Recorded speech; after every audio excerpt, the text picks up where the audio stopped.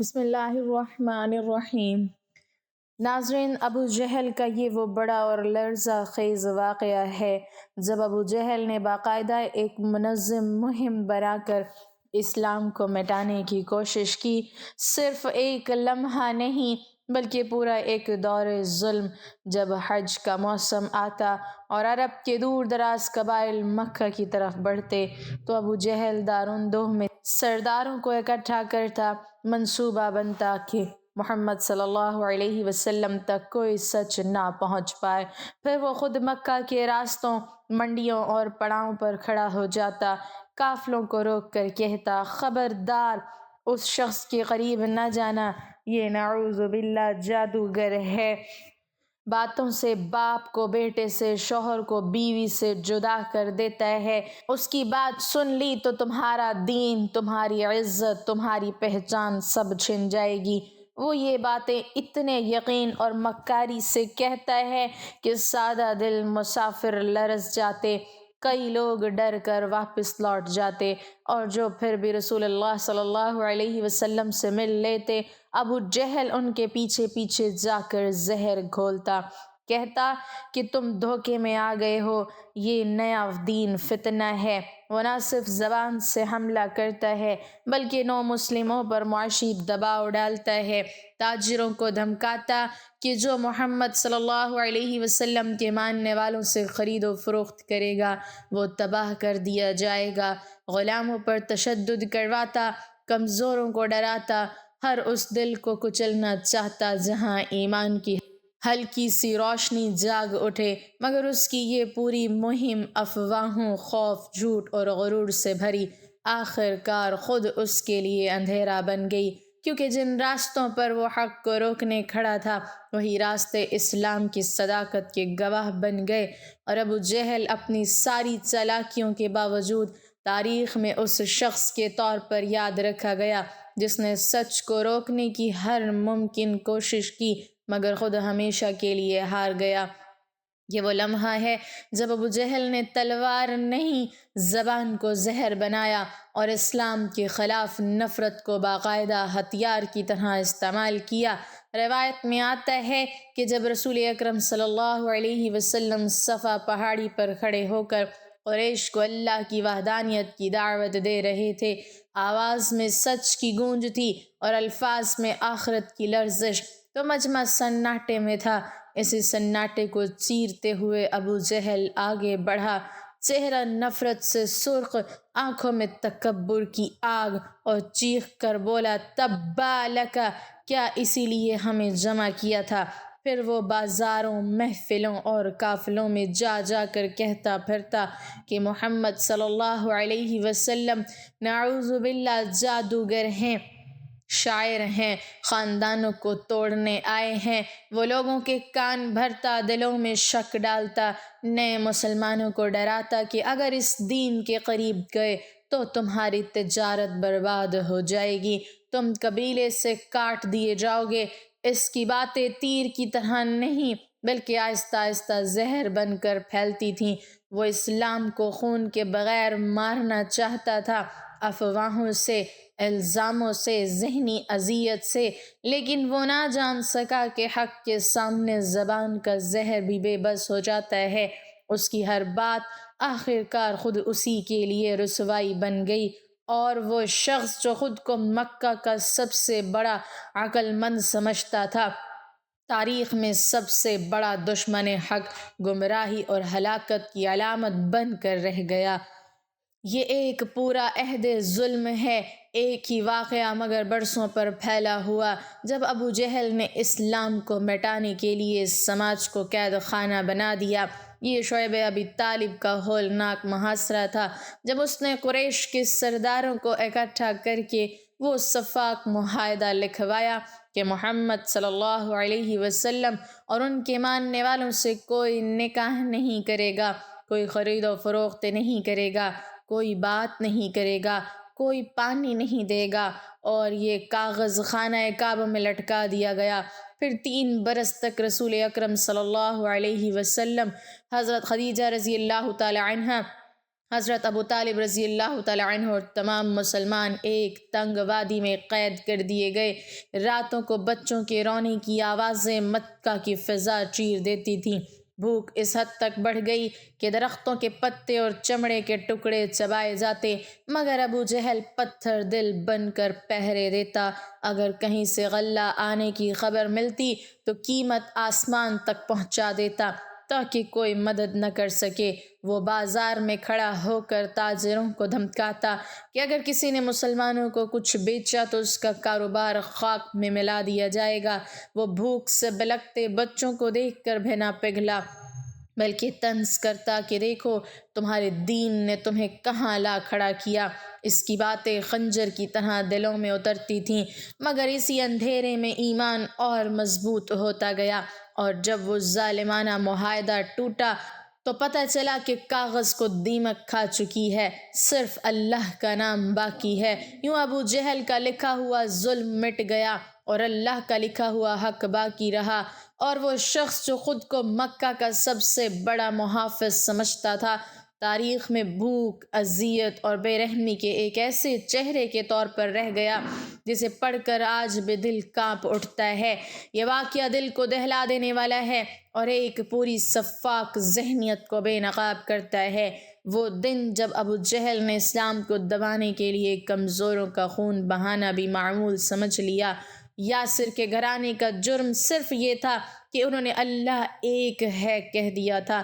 مکہ کی تپتی زمین، جلتا ہوا سورج اور بیچ میدان حضرت سمیہ رضی اللہ تعالی عنہا، ایک ضعیف اور کمزور خاتون جن کے ہاتھ پاؤں باندھے گئے، کوڑے برسائے گئے، گالیاں دی گئیں، اور ابو جہل خود سامنے کھڑا ہو کر دھاڑتا کہ محمد صلی اللہ علیہ وسلم کا دین چھوڑ دو، لات و عزیٰ کو مان لو، مگر اس بوڑھی ماں کی زبان سے صرف کلمہ حق نکلتا رہا۔ ہر ضرب کے ساتھ ایمان اور مضبوط ہوتا گیا۔ یہ منظر ابو جہل کے لیے ناقابل برداشت بن گیا۔ اس کا غرور پاگل پن میں بدلا اور اسی جنون میں اس نے نیزہ اٹھایا اور بے دردی سے حضرت سمیہ کو شہید کر دیا، اسلام کی پہلی شہیدہ، اور یہ کہتے ہوئے قہقہہ لگایا کہ دیکھو تمہارا انجام یہی ہے۔ مگر حقیقت یہ تھی کہ اس نے ایک جسم کو مارا، ایمان کو نہیں۔ اس دن مکہ کی مٹی نے ایک ماں کا خون پیا، مگر آسمان نے گواہی دی، اور وہی ابو جہل جو خود کو اسلام کا خاتمہ کرنے والا سمجھتا تھا، تاریخ میں ہمیشہ کے لیے ایک قاتل، ظالم اور دشمن حق کے نام سے لکھ دیا گیا، جبکہ حضرت سمیہ کا نام صبر، قربانی اور ابدی کامیابی کی علامت بن گیا۔ اللہ کے نبی صلی اللہ علیہ وسلم جب بھی دنیا میں آئے، اہل کفر و باطل نے ان کا نہ صرف انکار کیا بلکہ ان کے راستے میں ہر طرح کی رکاوٹیں بھی کھڑی کیں۔ کتنے ہی انبیاء کرام علیہم السلام کو ان کی قوموں نے شہید کر ڈالا۔ حضور نبی پاک صلی اللہ علیہ وسلم کی بھی بہت زیادہ مخالفت کی گئی۔ اس کے باوجود کئی بار معجزانہ طور پر کفار حضور صلی اللہ علیہ وسلم کے رعب میں آ کر خوف سے کانپ اٹھے۔ ابن اسحاق نے بیان کیا ہے کہ دشمن خدا ابو جہل بن ہشام رسول اللہ صلی اللہ علیہ وسلم سے سخت دشمنی اور بغض رکھتا تھا۔ اللہ تعالیٰ نے حضور اکرم صلی اللہ علیہ وسلم کے ذریعے ابو جہل کو کئی بار ذلیل و رسوا کیا۔ یہ حضرت صلی اللہ علیہ وسلم کے معجزات تھے۔ ابن اسحاق نے کہا، مجھ سے عبداللہ بن ابو سفیان ثقفی نے بیان کیا، اور یہ بہت اچھے حافظے والے بزرگ تھے۔ انہوں نے کہا، عراش کی بستی سے ایک شخص اونٹ لے کر مکہ آیا۔ ابو جہل نے اس سے اونٹ خرید لیے، پھر قیمت ادا کرنے سے انکاری ہو گیا۔ عراشی مایوس ہو کر قریش کی مجلس میں آیا اور ان سے مدد مانگی۔ اس نے کہا، قریش کے لوگوں، میں ایک اجنبی مسافر ہوں اور ابو الحکم بن ہشام نے میرا حق مار لیا ہے، کون سا شخص مجھے میرا حق دلائے گا؟ اس وقت رسول اللہ صلی اللہ علیہ وسلم مسجد کے ایک کونے میں تشریف فرما تھے۔ اہل مجلس سبھی منکرین حق تھے۔ انہیں شرارت سوچی تو انہوں نے عراشی سے کہا، کیا تم دیکھ رہے ہو وہ شخص جو کونے میں بیٹھا ہے وہی تمہارا حق دلا سکتا ہے؟ دراصل سرداران قریش جانتے تھے کہ ابو جہل حضور اکرم صلی اللہ علیہ وسلم سے سخت عداوت رکھتا ہے۔ وہ حضور صلی اللہ علیہ وسلم کی صبح چاہتے تھے اور مسافر سے مذاق کر رہے تھے۔ عراشی رسول اللہ صلی اللہ علیہ وسلم کے پاس پہنچ گیا اور جا کر کہا، اے اللہ کے بندے، ابو الحکم بن ہشام نے میرا حق مار لیا ہے اور میں اجنبی ہوں۔ ان لوگوں سے میں نے پوچھا کہ کون مجھے میرا حق دلا سکتا ہے تو انہوں نے آپ کی طرف اشارہ کیا، بس آپ میرا حق دلا دیں، اللہ آپ پر رحم کرے۔ حضور صلی اللہ علیہ وسلم اسی وقت اٹھ کھڑے ہوئے اور اس کے ساتھ چل دیے۔ قریش کے لوگوں نے دیکھا تو اپنے میں سے ایک شخص سے کہا، اے فلاں، ان کے پیچھے جا اور دیکھ کر آ، تماشا کیا بنتا ہے۔ رسول اللہ صلی اللہ علیہ وسلم اجنبی کو ساتھ لیے ابو جہل کے دروازے پر پہنچے اور دستک دی۔ اس نے پوچھا، کون ہے؟ فرمایا، میں محمد ہوں، ذرا باہر نکلو۔ ابو جہل باہر نکلا تو اس کا رنگ اڑا ہوا تھا اور یوں معلوم ہوتا تھا کہ اس کے جسم میں روح نہیں ہے۔ آپ نے فرمایا، اس شخص کا حق ادا کر دو۔ ابو جہل نے کہا، بہت اچھا، میں اس کا حق ابھی ادا کرتا ہوں۔ گھر کے اندر داخل ہوا، رقم لے کر آیا اور عراشی کے ہاتھ پر رکھ دی۔ حضور صلی اللہ علیہ وسلم نے عراشی سے فرمایا، اچھا بھائی، خدا حافظ، اور آپ چل دیے۔ عراشی قریش کی مجلس کے پاس سے گزرا اور ان سے کہا، اللہ تعالیٰ اسے جزائے خیر عطا فرمائے، خدا کی قسم وہ بڑا عظیم آدمی ہے، اس نے مجھے میرا حق دلا دیا۔ جس شخص کو قریش کے لوگوں نے تماشا دیکھنے کے لیے بھیجا تھا اس سے انہوں نے کہا، تیرا ستیہ ناس ہو، تو نے کیا دیکھا؟ اس نے کہا، میں نے عجیب ترین معاملہ دیکھا، خدا کی قسم، جو ہی محمد نے اس کے دروازے پر دستک دی اور وہ باہر نکلا تو میں نے دیکھا کہ اس کے جسم میں گویا جان ہی نہیں۔ محمد نے اس سے کہا کہ اس شخص کو اس کا حق ادا کر دو، تو بغیر حیل و حجت کے اس نے اس کا حق ادا کر دیا۔ تھوڑی دیر بعد ابو جہل مجلس میں آ پہنچا تو لوگوں نے اس سے کہا، تیری تباہی ہو جائے، تجھے کیا ہو گیا تھا؟ خدا کی قسم، تو نے جو حرکت کی اس کی تو ہمیں کبھی توقع ہی نہیں تھی۔ ان کی باتیں سن کر ابو جہل نے کہا، تمہاری بربادی ہو جائے، خدا کی قسم، جو ہی محمد بن عبداللہ نے میرے دروازے پر دستک دی اور میں نے اس کی آواز سنی تو میرے اوپر روب طاری ہو گیا۔ پھر میں دروازہ کھول کر باہر نکلا تو کیا دیکھتا ہوں کہ اس کے سر کے اوپر فضا میں ایک سانڈ اونٹ معلق ہے۔ اس اونٹ جیسی کوہان گردن اور دانت میں نے کبھی کسی اونٹ کے نہیں دیکھے۔ خدا کی قسم، مجھے یوں محسوس ہوا کہ اگر میں نے انکار کیا تو وہ اونٹ مجھے کھا جائے گا۔ حضور صلی اللہ علیہ وسلم کا یہ عمل ملک خدا کی خدمت کی بہترین مثال اور اس کے ساتھ اخلاص و جرت کے اظہار کا بہترین نمونہ ہے۔ آپ نبوت سے قبل بھی مظلوموں اور بے کسوں کے سرپرست اور والی تھے، جبکہ نبوت ملنے کے بعد بھی آپ کا یہ عمل جاری رہا۔ آپ نے ہمیشہ اس حوالے سے بہترین کردار ادا کیا۔ ناظرین، دور نبوت کا بدترین فرعون ابو جہل اپنے زخموں سے چور جسم کے ساتھ موت کا منتظر تھا، تو اتنے میں حضرت ابن مسعود رضی اللہ تعالی عنہ وہاں پہنچے۔ آپ نے اسے داڑھی سے پکڑا اور گردن اور پاؤں رکھ کر جو زور سے دبایا تو ملعون کی آنکھیں پھٹ پڑیں۔ کہا، اے دشمن خدا، تو فرعون سے بھی بدتر ہے۔ ابو جہل کی زبان کھینچی چلی گئی تھی مگر پھر بھی تمسخر اڑانے سے باز نہ آیا۔ ناظرین، یہ وہی ابو جہل ہے جس نے اپنی پوری زندگی حضور صلی اللہ علیہ وسلم کو اذیتیں دینے میں گزار دی۔ اس کی موت اور اس کی لاش کے عبرتناک انجام کا واقعہ بھی اسی طرح بھیانک ہے کہ جیسے فرعون و نمرود کی ہلاکت کے واقعات ہیں۔ چنانچہ حضرت عبد الرحمن بن عوف رضی اللہ تعالی عنہ فرماتے ہیں کہ میدان بدر کے روز دو نوجوان لڑکے معاذ اور معوذ رضی اللہ تعالی عنہ میں سے ایک نے آ کر مجھ سے پوچھا، چچا جان، کیا آپ ابو جہل کو پہچانتے ہیں؟ میں نے سنا ہے کہ اس نے حضور صلی اللہ علیہ وسلم کو بہت دکھ اور اذیتیں پہنچائی ہیں۔ آج اگر وہ مجھے نظر آ گیا تو یا تو خود قتل ہو جاؤں گا یا اسے قتل کر کے دل کی بھڑاس نکالوں گا۔ میدان بدر میں گھمسان کا رنگ تھا۔ جو ہی مجھے ابو جہل دور سے نظر آیا میں نے اس کی طرف اشارہ کر دیا۔ ابھی اشارہ ہی کیا تھا کہ دونوں لڑکے باقی سی طرف رفتار پر اس پر چھٹ پڑے اور ابو جہل اونٹ پر سوار پھرتیاں دکھاتا رہا۔ انہوں نے جاتے ہی جو اس پر پہلا وار کیا تو اس کا پاؤں پنڈلی سے جدا ہو گیا۔ ابو جہل کراہتا ہوا اونٹ سے نیچے گر پڑا۔ حضرت معاذ فرماتے ہیں ابو جہل کا بیٹا اکرمہ جو اس وقت یہ منظر دیکھ رہا تھا اس نے بڑھ کر ایک وار کیا جو میرے بازو پر لگا، جس سے میرا بازو کٹ کر جسم کے ساتھ لٹکنے لگا۔ میں اسی طرح لٹکتے ہوئے بازو سے لڑتا رہا حتیٰ کہ جب اس نے مجھے تنگ کیا تو میں نے اسے اپنی ٹانگ میں دبا کر کھینچا اور جسم سے الگ کر دیا۔